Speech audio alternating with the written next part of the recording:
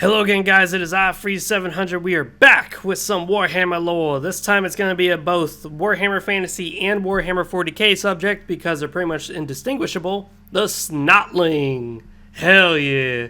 These are the greeny boys.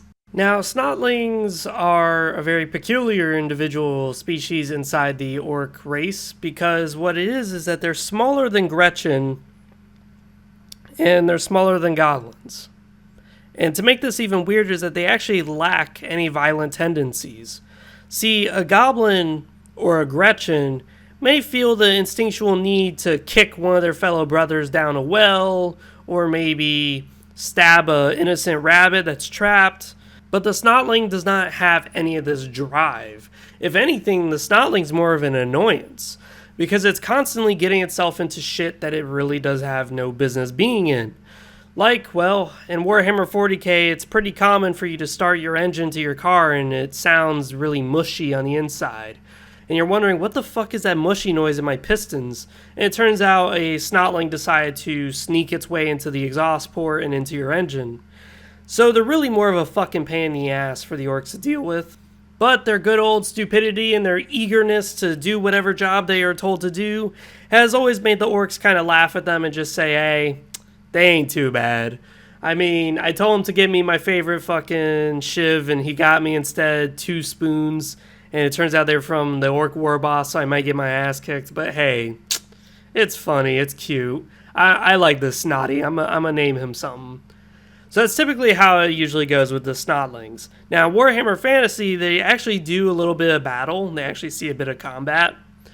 Because what it is in Warhammer Fantasy is that Snotlings aren't bullied constantly and aren't constantly herded up for them to actually develop certain weird chariots called pump wagons.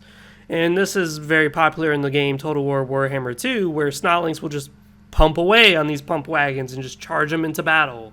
They don't exactly understand what the fuck they're doing, and they don't actually understand the danger they are in until it is way too late. This is something that seems to be a reoccurring theme with Snotlings, is that they actually don't understand danger. So when I'm charging with a horse, I'm going to say, oh look, a wall of spears. I should probably change my fucking direction or else I'm going to get impaled upon those spears. The Snotlings, they will not realize it until that spear has gotten really close to their giant ass noses. That's when they start going, oh shit, back. Too late. And they get ran the fuck into the spears. This is one of the issues with the Snotlings as far as the orcs are concerned, is that tactically they tend to rush into combat faster than the orcs, but at least they preoccupy their time while the orcs get to the real nastier issues. And Warhammer 40k, this also seems to be the trick too, is where some war bosses will utilize the Snotlings as a good distraction while they go ahead and do actual shit. Now, as far as Warhammer 40k and Warhammer Fantasy is concerned, the only weapons you'll see on a Snotling is usually like a wrench, a spoon, any sort of weapon they can get their hands on. Never a gun, never usually anything like a bow and arrow. It's usually something stupid like not a blade, but something less than that. So a goblin may have a rusty dagger. The Snotling, on the other hand, is going to have just a rock, or he may just have a little sock in his hand that's extremely wet. These are the kinds of weapons you're going to be expected to get whacked with if you're fighting against a group of Snotlings. Now, some interesting funny things is that they're the best ones at cultivating mushrooms. So this is where goblins and Gretchen are inferior than Snotlings, is their whole cultivation of shrooms and squiggies. Now, Warhammer Fantasy, the Night Goblins are better than the Snotlings because they dedicate themselves to it, to making crazy-ass fucking brews and crazy-ass squigs. But the Snotlings are always typically better.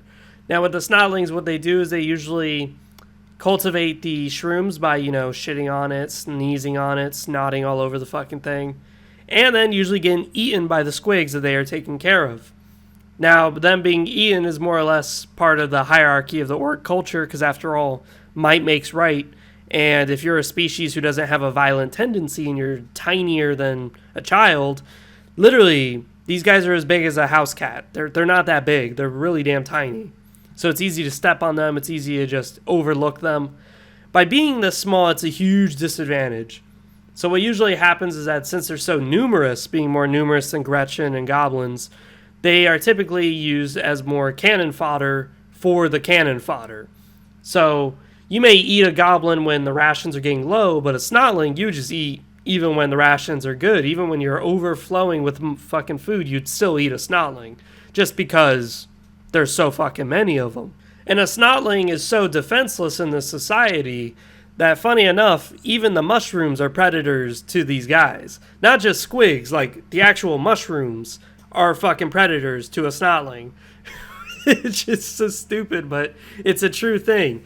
This is what happens where it's called a snot room or a moshling, where a Snotling may eat in excessive amounts of mushrooms to the point that he keels over and falls asleep. And when he wakes up, his body has turned into a pile of mushrooms. And it really does remind me a lot of Japan's torture in World War II, where they would put a bamboo, like a little baby bamboo stick underneath your body, and overnight the bamboo would actually pierce your body and grow through your stomach. Yeah, this is exactly the shit that would happen to Snotlings. They would just pass out on top of a shroom and wake up in the morning and see that the shroom's tip is sticking out of their stomach and they can't seem to get out. So, as far as, like, threat, are these guys, like, able to climb to a war boss status? Are they able to beat up a goblin? No. They can't even beat up the fucking shrooms that they cultivate. These guys are absolutely fucking useless. And, interestingly enough, they're able to make this one mushroom, and they're actually able to use it pretty nastily against other opponents, called puffball mushrooms. Now, the puffball mushrooms are round fungus that, when you touch them, they exhibit this very nasty, poisonous toxin that if you inhale it, you'll most likely just keel over in a coughing fit and probably die. It's very toxic. But to the orcs, it's not actually toxic to them at all. It just makes them gag and cough from how bad it smells. And this is actually pretty common, where a Snotling would grab these mushrooms in combat and throw them at the opponent and watch the mushroom just explode in their face. And watch as they just gag and keel over from the nasty toxins they just inhibited. It's also pretty funny, too, is that in Warhammer 40k, the Snotlings may not know how to throw it, so instead they'll run and drop it to someone's feet and then run the fuck away. And the person would just look at it, like, confused as shit with his las gun in his hand, going, what the fuck is this? And then, you know, if he steps on it, poof! All these nasty poisonous spores get released into the air. Now, besides that, what do Snotlings mostly get used by? Just slaves. They're mostly just slaves and pets. The only issue with them as slaves is that they're a little too dumb and a little too lazy to actually be used for anything. So this is kind of like the issue is that a goblin slave, they're able to build stuff. A Snotling slave isn't smart enough to know how to build. All he can do is just grab a twig and start bashing against a rock and go, yeah, boss, I'm mining. And then the orc's just going to slap him across the nose and be like, you dumbass, that's not how you mine. You need a pick or something. What the fuck are you wasting your time on? So this is exactly the issue that you'll see with the orcs as far as dealing with the Snotlings, that they're a little too damn stupid. They can't help but put their damn hands on everything. They just are dumb as shit. When a house cat is able to pounce these fuckers and actually give them a good mauling, you already know they're not good for combat either. So all they're used for is just cannon fodder for your cannon fodder, or they are used as just farmers for the shrooms and livestock to feed to the squigs. This is really all you can use them for. But even then, you can find better substitutes like goblins or Gretchen, who can do the job better and are smarter on how to do it. So this has been Snotling Lore. I hope you guys enjoyed. I hope you guys learned a few things like, wow, Snotlings are really fucking useless. They're just dumb, ugly creatures with big-ass noses and snot just coming out everywhere. Besides that, it's been Free 700. I am signing off. See you guys next time. And as always, comment down below what you guys think. Maybe you guys want to see some more dumbass shit that the orcs have. I really love the stupid shit that the orcs have.